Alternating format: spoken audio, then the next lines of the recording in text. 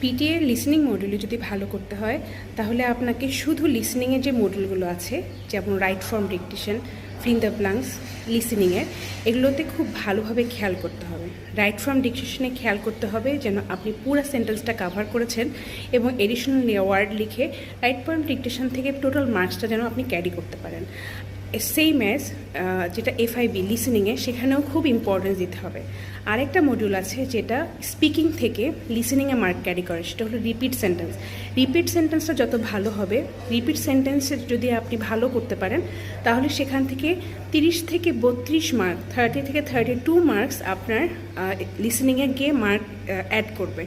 আপনার লিসনিং মডিউলে যে দুটার কথা বললাম, এফআইবি লিসনিং, এফআইবি অ্যান্ড হচ্ছে রাইট ফর্ম ডিকটেশন, আপনাকে 50 থেকে 53 মার্কস ক্যারি করবে।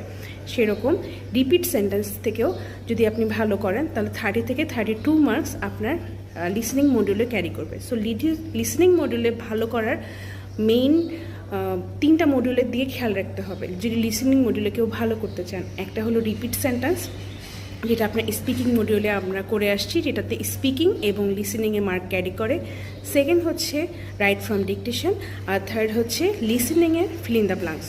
সো অবশ্যই আমরা খেয়াল করব স্পিকিং মডিউলটা যেন ভালো হয়। টোটাল স্পিকিং মডিউলটা ভালো হলে রিপিট সেন্টেন্স, রিটেল লেকচার, এগুলো টোটালটা ভালো হলে টোটাল 42 থেকে 45 মার্কস আপনার লিসনিংয়ে ক্যারি ফরওয়ার্ড হয়, লিসনিং মডিউলে ক্যারি ফরওয়ার্ড হয়। লিসনিংয়ে ভালো না করলে বুঝতে হবে যে আপনার হয়তো এই স্পিকিং মডিউলেও কোথাও অতটা ভালো হয়নি।